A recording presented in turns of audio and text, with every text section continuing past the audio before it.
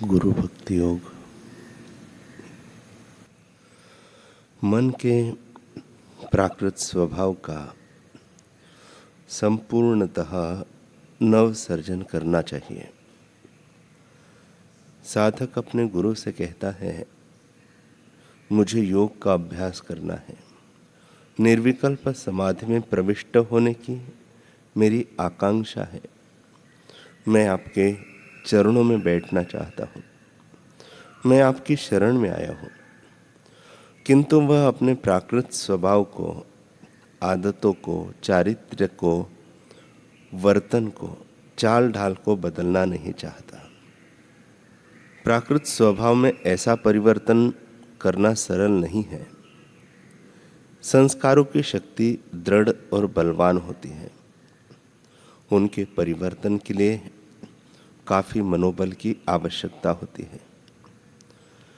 पुराने संस्कारों की शक्ति के आगे साधक कई बार निरुपाय हो जाता है।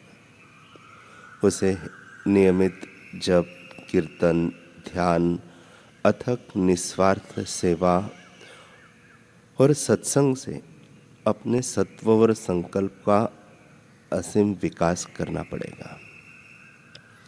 उसे अंतर्मुख होकर अपनी कमियां और दुर्बलताएं खोज लेनी पड़ेंगी। उसे गुरु के मार्गदर्शन में रहना होगा। गुरु उसकी गलतियां खोज निकालते हैं और उन्हें दूर करने के लिए योग्य रीति बताते हैं। आपको मोक्ष के 4 साधनों के लिए तैयारी करके ब्रह्मनिष्ठ एवं ब्रह्मक्षोत्रीय गुरु के पास जाना चाहिए। आपको अपने संदेह दूर करने चाहिए। अपने गुरु से प्राप्त किए हुए आध्यात्मिक प्रकाश की सहायता से आध्यात्मिक मार्ग में चलना चाहिए। आपका ठीक प्रकार से जीवन निर्माण हो जाए, तब तक अहम और संसार का आकर्षण छोड़कर आपको गुरु के द्वार पर रहना चाहिए। ठीक ही कहा है किसी ने कि सम्राट के साथ राज्य करना भी बुरा है, न जाने कब रुला दे। सद्गुरु के साथ भीख मांग कर रहना भी अच्छा है, न जाने कब मिला दे। आत्म साक्षात्कार सिद्ध किए हुए पुरुष का व्यक्तिगत संपर्क बहुत उन्नतिकारक होता है।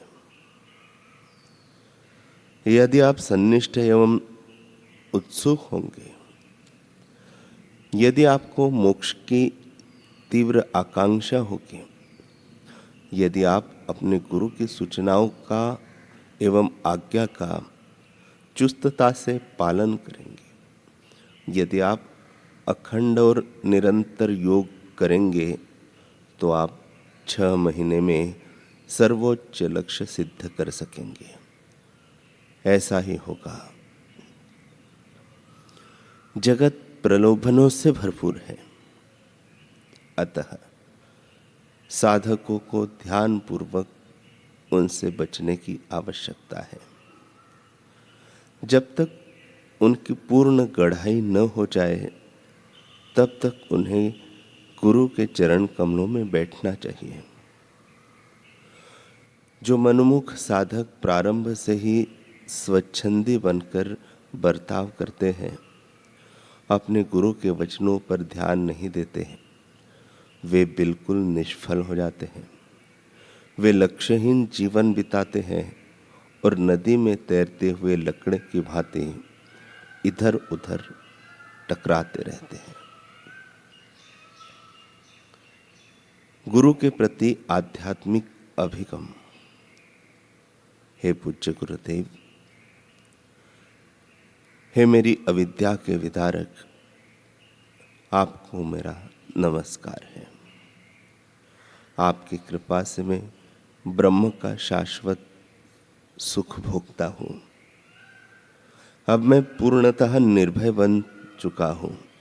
मेरे सब संशय और भ्रम नष्ट हो गए।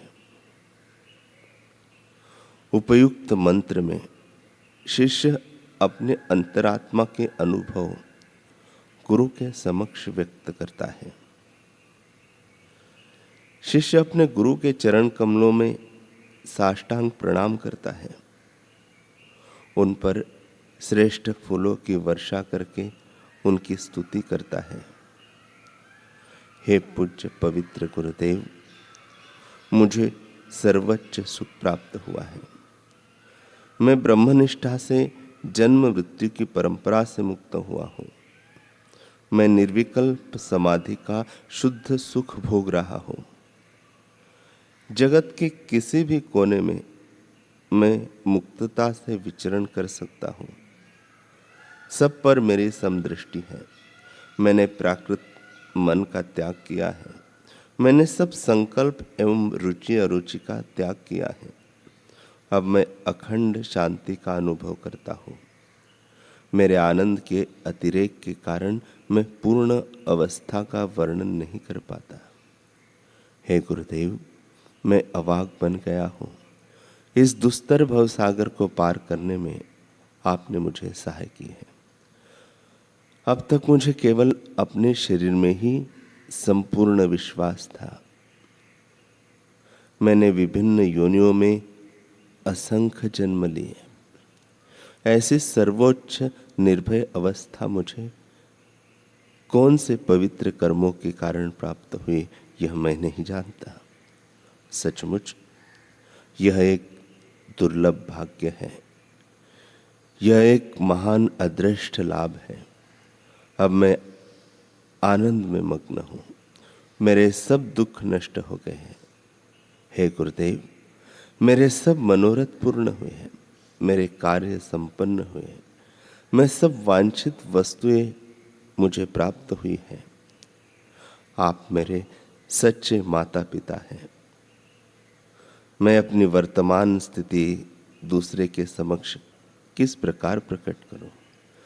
सर्वत्र सुख और आनंद के दाता आप ही मेरे सद्गुरु हैं।